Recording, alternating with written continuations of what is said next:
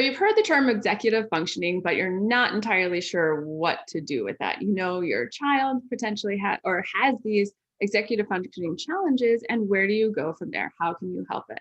My name is Veronica with ADHD What Now, where we look at the broad range of choices available to you and your family in support of your child as you're looking to thrive and help your child become their best possible selves.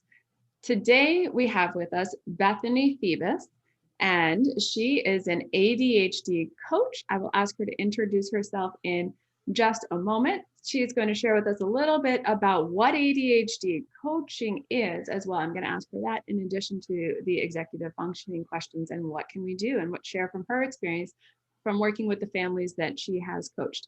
What I loved about Bethany's is that what I loved is that you put together your webpage very clear and succinct, right? Like you help either parents or teenage children or college age children or adults with ADHD or coaching along the lines of ADHD. So please introduce yourself and your background and maybe share also what was it like to get ADHD coach training? What training did you do to become a professional in this area?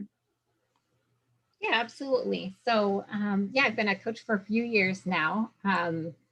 I was trained through ADDCA, ADD Coach Academy, and I ended up there. It's kind of funny. I just found out that I had ADHD as an adult, and I'd done all this research. It kind of rewrote the story on my life. I was seeing everything differently, and I just wanted to talk about and read about ADHD all the time. And it's really weird because not everybody wants to talk about ADHD. So I just wanted to be a part of the conversation of neurodiversity and a part of the solution too, I think. So I don't know, somewhere in my research, I stumbled across coaching. And so I enrolled at ADDCA. I don't think I'd never been coached before. I don't think I had seen a coaching session before. And it was such a great decision for me. They start you off with a bunch of information on ADHD, and I thought I knew everything at that point, but I did not. Barbara Luther is the director of training, and oh my gosh, her office is just wall-to-ceiling books and studies. So I felt really equipped by them. And then you go to this course called personal training or personal transformation. And literally that's what it is, because you really look at things in depth and kind of do your personal work. And the David Guruk, the founder of the program, came in and worked with us and modeled coaching to us. I don't even know if I knew that was what was happening at the time. He's this great guy. It felt like he had a crystal ball or something. And when he was talking to people, he'd be like, so I see a bicycle in your childhood. And they're like, yes, I had a bicycle. And he's like, and it was really meaningful to you. And they're like, yes. And you were, and you had this paper route, and the paper route just changed your life because you found out that you had significance and you could accomplish things. And people are like crying and they're like, yes, it's true. And to me, it just felt like magic. But since then, I've learned that it's a very deep listening and I feel like David does it at such an intuitive level too. But just that listening and receptivity without judgment of my own, that I don't put myself in there, that I'm really hearing people and then reflecting back what I'm hearing, and then bringing in that ADHD lens, that I see them as whole people, not broken people that need to get fixed. And that, and I understand it, like I get it at a personal level. So they don't have to explain why they missed the appointment for the third time. I get it. We can move on to what the solution can be and what the way forward is. And that's true for adults and for kids. It just looks really different with kids. So with kids, it's very play-based. I get on the floor with them, not in COVID. We're doing a lot on the computer, and I will meet with some kids on outside. But I think with kids, it's a lot more that I'm directing. but I'm directing from the stated intention of the parents and the kids. I really want them to have buy-in. So I want to know what's important to them. What do they want to be different? How do they see their life different? And I always want to move in that direction with them. Mm-hmm. For yourself personally, you must have experienced some kind of transformation from having gained all of this training that you did as going through the ADHD coach training. What was that like for you? It was pretty significant. So I think I had a lot of stories in my head, as we do, about who I was or what kind of person I was.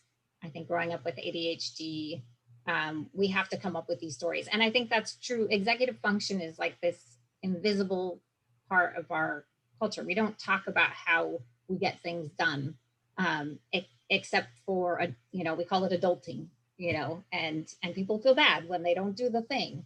And so I think I had that feeling like I wasn't very smart, but at the same time, I knew I was smart. I just didn't understand why I couldn't perform. And so I think the transformation was understanding the difference between intellect and executive function. That performance was this other thing that was happening inside my brain. And if I learned how to maximize it and focus on what I do well and focus on my passions and my interests and integrate that, then my executive functions are a lot more, they're enhanced. I use them more. I find them available to me. And so that's what I really try to give my clients, is that perspective that when we're focused on that positive stuff, that the other stuff tends to come along for the ride, with skill building. Mm-hmm. I'll ask you in a second about some specific things as to what we can do to help with executive function. Before I do you have a child with ADHD as well yourself? No, actually, the statistics are against, it's so hereditary. It's funny that neither of my children have an ADHD diagnosis, but I do have a son with learning disabilities. So he has dysgraphia and other non-specified learning disabilities. So we've gone through a lot to help support him, and he struggles with executive function too. He definitely is an apple from my tree. So yeah. Mm-hmm. I think that's so helpful when we think about, because you said that he could use help in executive function too, right? Like when we realize that aiding in executive function is just plain old good for everybody. It's not like people need to be singled out for it in a sense, right? Like we all need assistance and help in that area too. So then from your experience and the clients that you have worked with, can you say, what do you work, you said, with parents and with children, right? Like what are the age differences, or when do you come into play with working with the adult versus the child?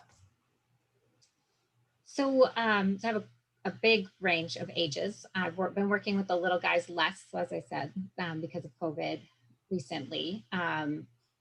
So I have had a 6-year-old client before, but when they're little like that, the family is really involved. So, and I would say the family is always involved. So I don't just coach the child, I coach the family. And so there's usually a parent or two that is involved and dropping off, picking up, or present there the whole time. So when they're little, they're there the whole time. And that varies based on the need. So, sometimes the kids will kick them out and just say, actually, I don't want you to be here for a little while, but they're still, I'm still engaged with the parents. We're still talking about what's your role in this? How do you scaffold this? How do you support what we're trying to work on? Because it can't happen in a vacuum. Mm-hmm. So then what do you find any typical or supports that you give more frequently than others? Like what is the most common thing that you recommend, I guess, as far as supporting executive function? Well, there's a lot. So there's a lot to executive function, right? So we've got, you can break it up into all these little pieces. Generally, when I work with people, I give them an assessment at the beginning that really looks at each compartmentalized executive function and how they're doing in terms of what's a strength, what's a weakness, where do we need to focus.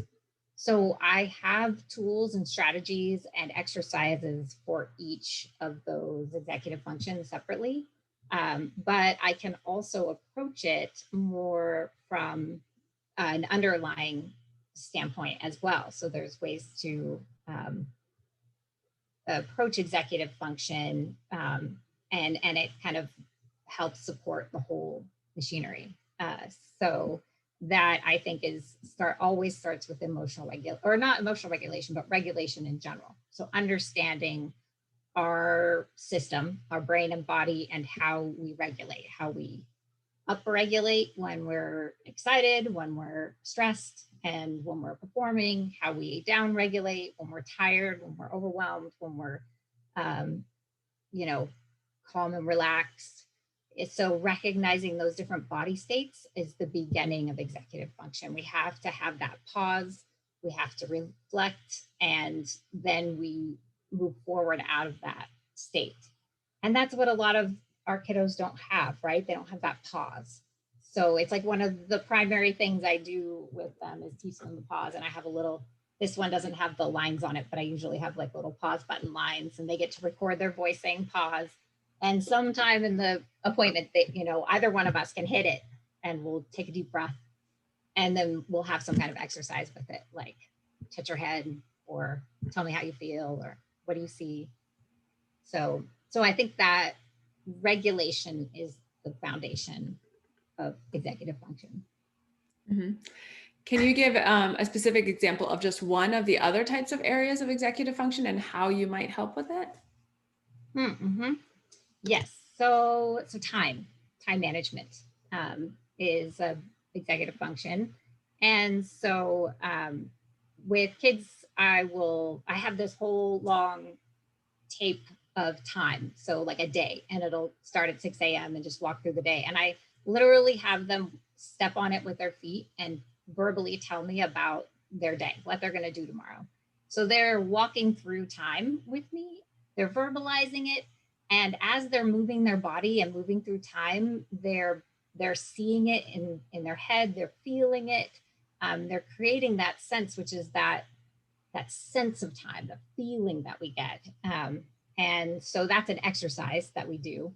But you can do that at home with your kids. Instead of what do you have to do after school today, then you could say, walk me through your afternoon. Show and tell me your plan for the afternoon. So a show would be, I'm writing it down, or I'm showing you my planner, or I'm drawing a picture. And tell would be, I verbally walk you through it. And there's a big difference between the kid that says, so if I say, show and tell me your plan for the afternoon. And they say, well, I have math and Spanish. That's a kid that's not going to do their math and Spanish. But the kid that says, oh, okay, well, I have to do math tonight, but I forgot my book. So mom's going to have to drive me over to so-and-so's house so that I can borrow their book. And then, I hate Spanish, but I guess my mom said she would help me do flashcards tonight. That's a kid that's going to do homework. And I can hear it in the language because they see themselves doing it.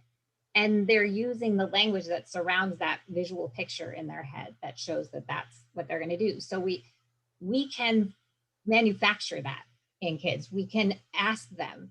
So instead of saying, go get your jacket, say, what does it look like to be ready to leave? And then, the first 10 times you ask, they're going to look at you funny. But then they're going to start to say, well, I have my jacket on. Like, oh, so is that it? Is that what it looks like? And with the kids, so I'll create pictures with the kids. This is all Sarah Ward, by the way. Are you familiar with Sarah Ward? Oh, you have to. I love Sarah Ward stuff. So you create a picture of them ready to go. So they've got their jacket and their backpack and their mask on and their water bottle. And you can say, instead of saying, here's the list of things to do, you say, do you match the picture?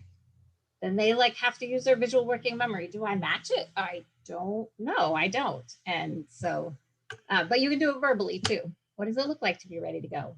What does it look like to be ready for bed? How does it feel to be done with your chores? It feels great. You know, okay, let's imagine being done with our chores. What are you doing? I'm playing video games. Oh, cool. Which video game? Blah, blah, blah. All of a sudden, that brain has neurotransmitters. It's ready to get some chores done. Mm-hmm.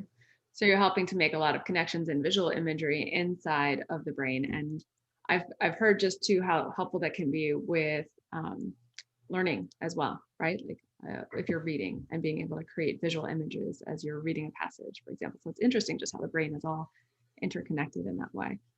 Do you believe parents can absolutely be trained in these types of tools and techniques such that they can incorporate it in their everyday lives? Absolutely. Absolutely. Yes. And I'll referring back to Sarah Ward, she has a whole model for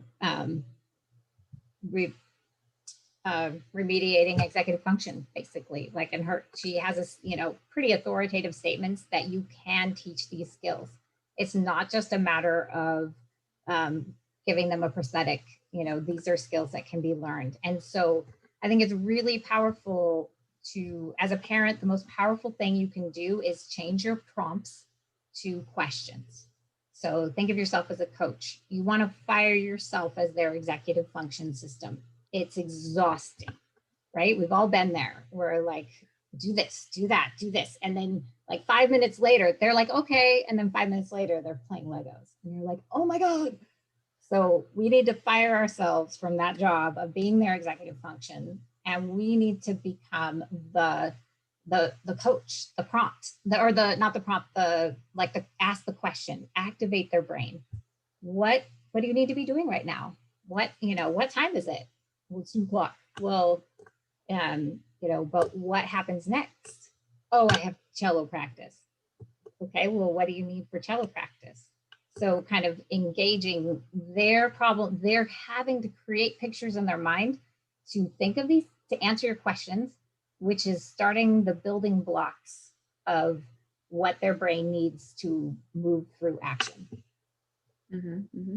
That's awesome. And the great thing about being able to work with an ADHD coach in particular, I imagine, is that you customize it. Like you go through all the work of having that information and ability, first of all, and then you can customize it specific to the clients that you work with, right?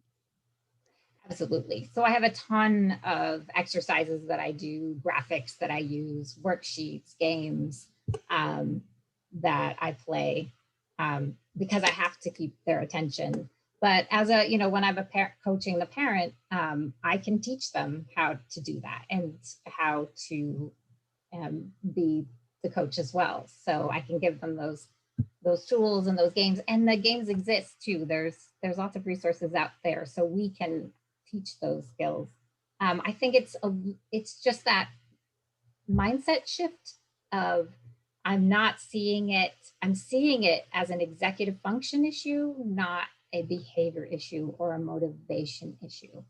I hear parents say they just don't want to. They don't want to do homework. Well, nobody wants to do homework, or they're just not motivated. Well, motivated is a feeling. Why do they have that feel? Why don't they have the motivated feeling? And so getting really curious and seeing it as an executive function issue, not as a problem. Awesome. I just want to echo exactly what you just said. You said it beautifully and couldn't support that statement more. So in working with you, like where could people reach you? Are you doing any online conversations these days? I'm almost exclusively online right now. And so, so I, my website is compasscoachingseattle.com. I'm on a wait list right now, but I'm still happy to help people, chat with people, get you connected to other resources, or, see if you want to be on the wait list, that's great too. Yeah. We were talking just before coming on to talk to the public, so to speak, about the impact that COVID has had on your practice. So I don't know, are you interested to share that with in general? Just like what changes have you seen at this point in time? Yeah, well, I'm busy. So there's lots of people who need help right now. So I think if you're one of those people, you're not alone. This is hard. We're all have, some of us are really privileged, and I'm really privileged to have a succeeding business during all of this, but it's really, I think this is a hard time. It's really hard on our executive functions. We're doing less, so it shouldn't make sense that we're not as effective. But if you're finding that's true, or if you're finding your kids are having a harder time doing homework, even though they have all day to be doing it, then know that emotional regulation is such a big part of executive function. So we will avoid, the fight, flight, freeze. We're going to fight it, and we're going to just stare at it, and just be frozen. And that's our protective part of our brain doing what it's supposed to do. And so getting through that and getting past that is part of this whole thing. So I think just being really good to ourselves, being really patient with ourselves, patient with our kids, and seeing the many layers that's going on right now, we can just be gentle with ourselves and do that one next thing that we need to do for ourselves and our families. Mm-hmm. Thank you. I think, is there a potential silver lining in that when we walk through that process, at the end, we'll be so much stronger for having gone through it? Not that it's something that we necessarily want to invite having to do, but the silver lining is learning those skills if you can take advantage of the opportunity. And yeah, it's completely different, right? Because you're in school, there's that structure. Like I get this to some degree from having homeschooled my kids, right? Like they were in school and now we're doing homeschool. And so all of that innate structure is gone, right? So we have to like create it artificially, not artificially, but like it comes from more of an intrinsic place than an outside place. And so, yeah, how do we go about building that? It's been a process, right? So much so. Yeah, absolutely. But I do love that silver lining. I think it's an opportunity available to all of us that we can take this and learn from it and grow from it. And yeah, and the not being in the classroom too, we get so many cues from our environment, and being home all the time too. We don't have all the cues telling us what to do next, what should happen next. And so those are things you can get playful about creating those, but yeah, I love that silver lining thinking about it. That's great. Mm-hmm. Well, thank you so much, Bethany, for being here. Is there anything else that you would like to pass on to parents as we wrap up our conversation?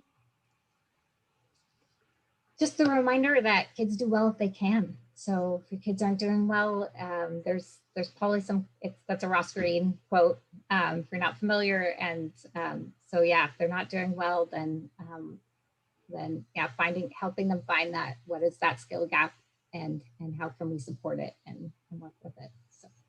Mm-hmm. Yeah. What I appreciate is that you took the opportunity in this conversation to highlight that there are ways to help them improve the parts that they can, and that there is a path forward. And I appreciate you so much for coming on to share that with us, because clearly it's driven by the kindness of your heart and that you want to share that message with people. So thank you so much for being here.